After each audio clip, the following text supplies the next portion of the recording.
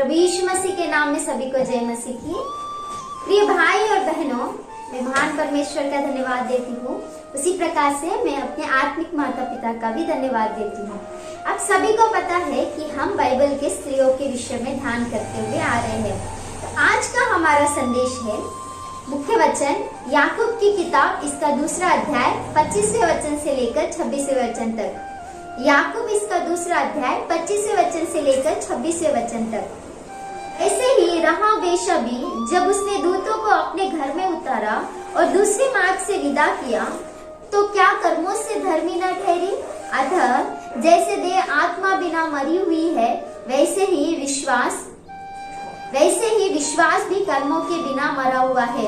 अगर हम वचन को ध्यान करेंगे तो वचन में राहाब वेश्या के विषय में लिखा गया है। तो आज हम राहाब वेश्या के विषय में ध्यान करने वाले हैं।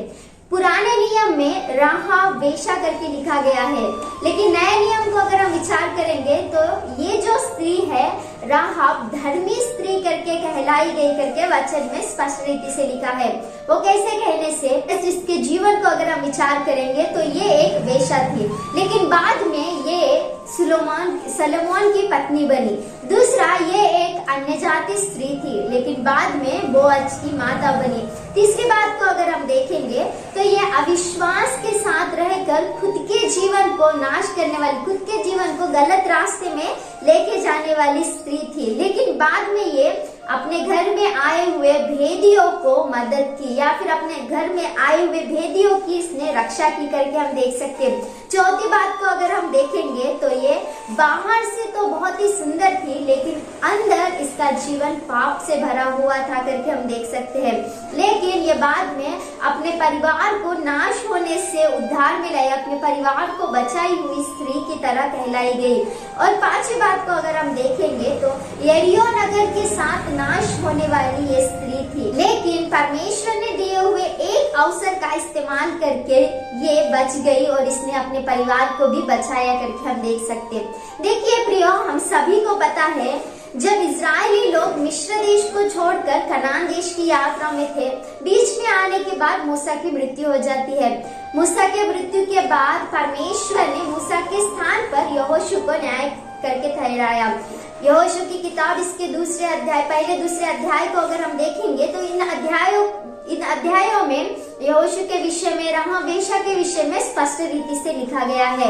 यहोशू के समय में जब ये लोग यरीहो नगर के नजदीक में पहुंचते हैं, वहां पर पहुंचने के बाद यहोशू 2 भेदियों को यरीहो नगर का भेद लेके आने के लिए भेजते हैं। ये लोग जाकर यरीहो नगर का भेद ले ही रहे थे, तो वहां के राजा को पता चलता है कि इजरायली लोग हमारे नगर में आकर हमारे नगर का भेद ले रहे हैं, और उन्हें ये भी पता चलता है कि ये राहाब वेश्या के घर के तरफ गए।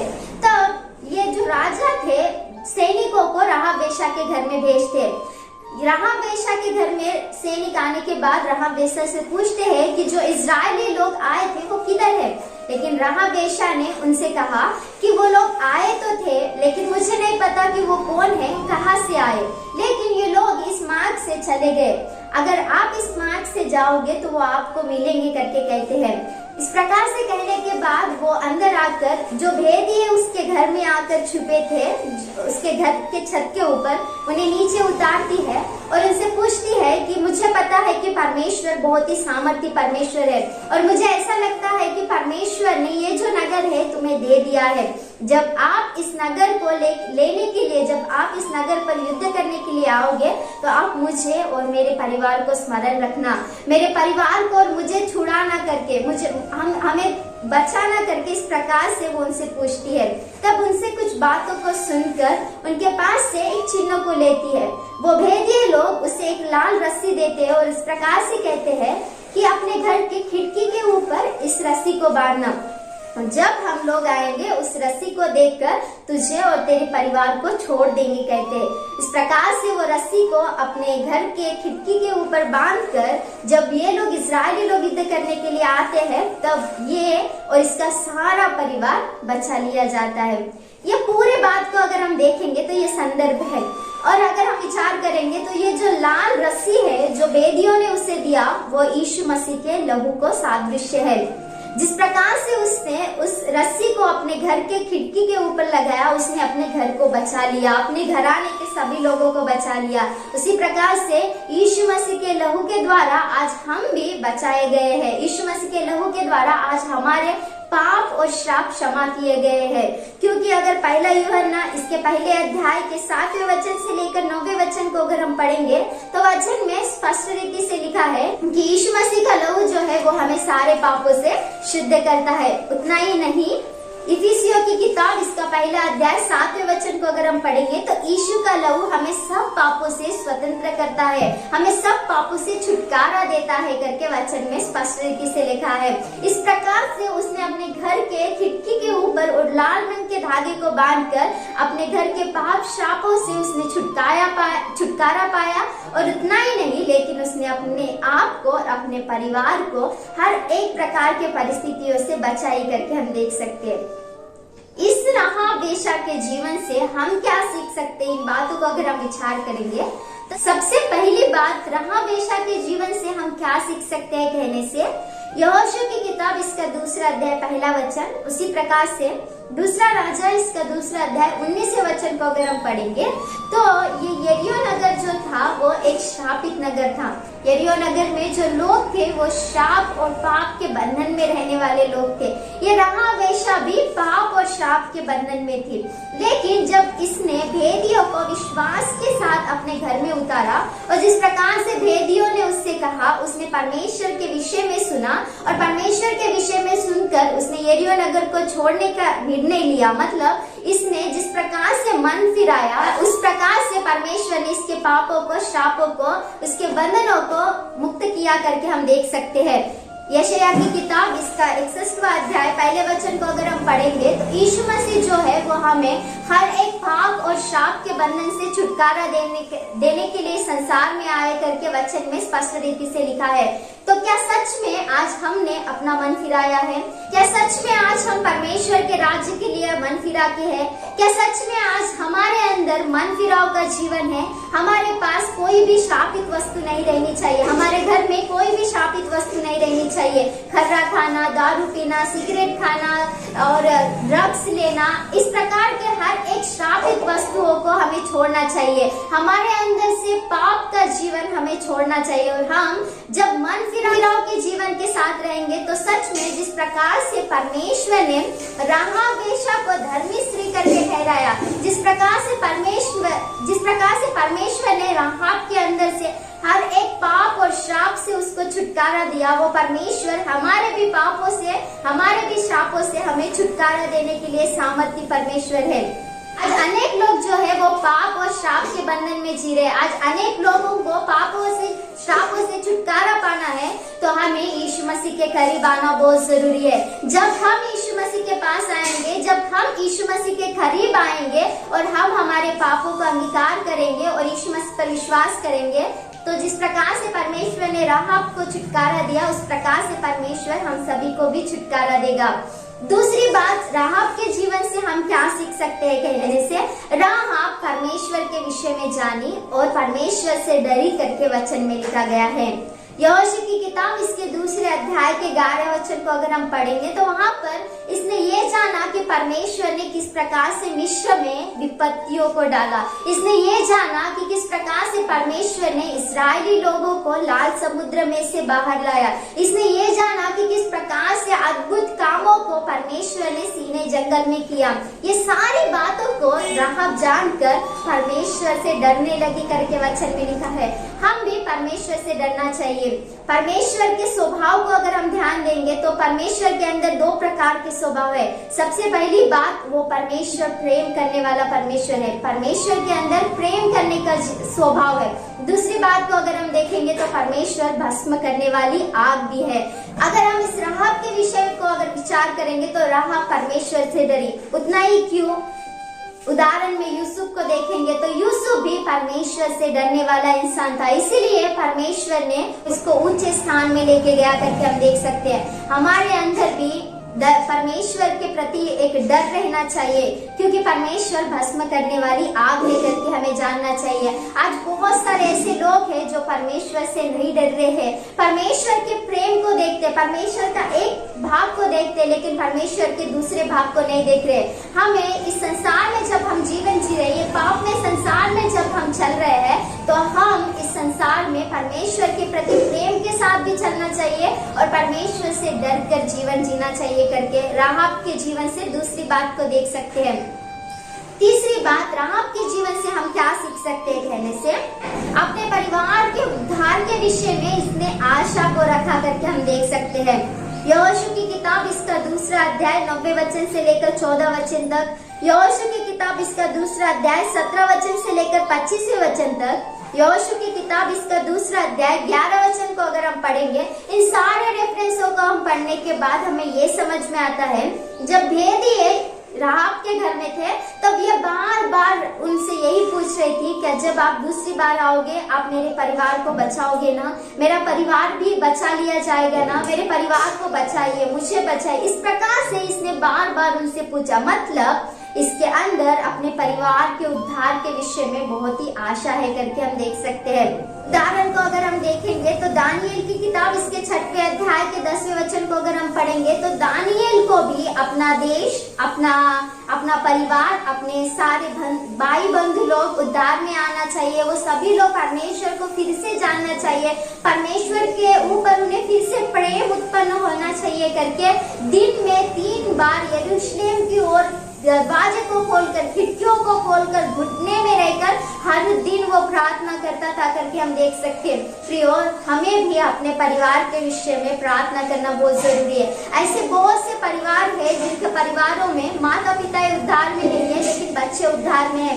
ऐसे बहुत सारे परिवार है, उन परिवारों में माता पिता उद्धार में है लेकिन उनके बच्चे उद्धार में नहीं है। तो उस समय में हमें क्या करना चाहिए कहने से, हमें हर दिन घुटनों में रहकर परमेश्वर से अपने परिवार के उद्धार के विषय में बड़ी आशा के साथ प्रार्थना करना चाहिए, क्योंकि राहाब ने अपने परिवार के उद्धार के विषय में आशा के साथ प्रार्थना किया तो वो और उसका परिवार बचा लिया गया करके हम देख सकते हैं।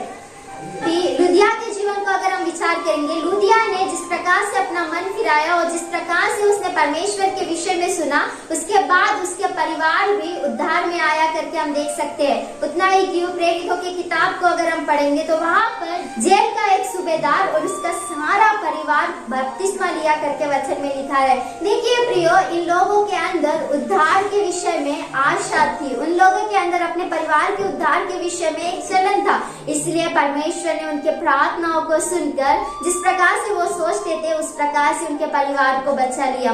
वो परमेश्वर बचाने वाला परमेश्वर है। यदि हमारे अंदर आशा है तो आशा के प्राण को तृप्त करने के लिए वो परमेश्वर सामर्थी परमेश्वर है। चौथी बात, राहाब के जीवन से हम क्या सीख सकते हैं कहने से, उद्धार के मार्ग को इसने अंगीकार किया करके हम देख सकते हैं। यहोशू की किताब इसका 2 अध्याय 21वां वचन, यहोशू की किताब इसका 6वां अध्याय 20वें वचन से लेकर 25वें वचन तक अगर हम पढ़ेंगे तो वहाँ पर जब भेदिए लोग, सेवक लोग राहाब के घर में आए थे, तब जिस प्रकार से उन सेवकों ने कहा, जिस प्रकार से उन भेदियों ने कहा, उन सारे बातों को राहाब ने अंगीकार किया। उन लोगों ने बचने का मार्ग उसे दिया, उन लोगों ने बचने के लिए क्या करना चाहिए ये सारी बातों को बताया। उन बातों को सुनकर अंगीकार करके ही राहाब वेश्या बच गई करके हम देख सकते हैं। प्रियो, आज हम इस संसार में जी रहे, हमारे सेवक लोग हर दिन हर समय चर्च में हमें बताते रहते हैं कि किस प्रकार से हमें जीना चाहिए, उद्धार के मार्ग में चलने के लिए हमें क्या करना चाहिए, किस प्रकार से चलेंगे तो परमेश्वर हमें आशीष देगा, किस प्रकार से हम बातें करेंगे तो परमेश्वर को अच्छा लगेगा। ये सारी बातें सेवक लोग हमें बताते हैं। इन बातों को हमें अंगीकार करके उन बातों में हमें चलना चाहिए। देखिए प्रियो, राहाब ने उन सेवक लोगों के बातों को अंगीकार की, इसीलिए वो बचाई गई। आज जब हम हमारे सेवक लोगों के बातों को अंगीकार करेंगे तो निश्चय हम भी बचा लिए जाएंगे करके इस राहाब के जीवन से चौथी बात को हम देख सकते हैं। पांचवी बात, राहाब के जीवन से हम क्या सीख सकते हैं कहने से, ये राहाब स्त्री जो थी वो एक धर्मी स्त्री करके कहलाई गई। यहोशू की किताब इसका दूसरा अध्याय 25वें वचन को अगर हम पढ़ेंगे, याकूब की किताब इसका दूसरा अध्याय 25 और 26वें वचन को अगर हम पढ़ेंगे तो वहाँ पर वचन में स्पष्ट रीति से लिखा गया है कि ये जो स्त्री है उसे पवित्र आत्मा परमेश्वर ने एक धर्मी स्त्री करके कहा।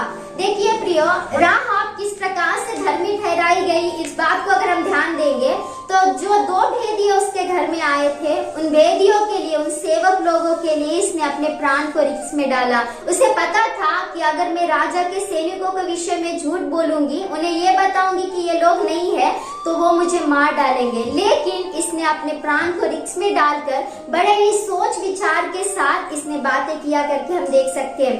कौन धर्मी व्यक्ति है कहने से, जो परमेश्वर के लिए अपने प्राण को रिस्क में डालता है वो धर्मी व्यक्ति है। जो परमेश्वर के लिए अपना सब कुछ छोड़कर परमेश्वर के पीछे चलता है वो धर्मी व्यक्ति है। जो सबसे ज्यादा परमेश्वर से प्रेम करता है, हर एक वस्तुओं से बढ़कर परमेश्वर को जो प्रथम स्थान देता है वो धर्मी व्यक्ति है।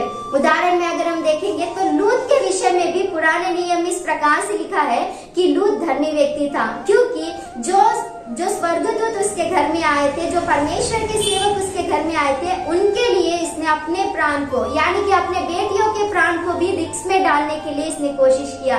देखिए प्रियो, राहाब ये स्त्री थी, ये धर्मी करके ठहराई गई। आज हम भी परमेश्वर के सामने एक धर्मी लोगों की तरह जीवन जीना चाहिए करके राहाब स्त्री के जीवन से ये 5वीं बात को देख सकते हैं। स्त्री के जीवन से 6वीं बात को हम क्या देख सकते हैं कहने से, ये यीशु मसीह के वंशावली में आई हुई स्त्री थी।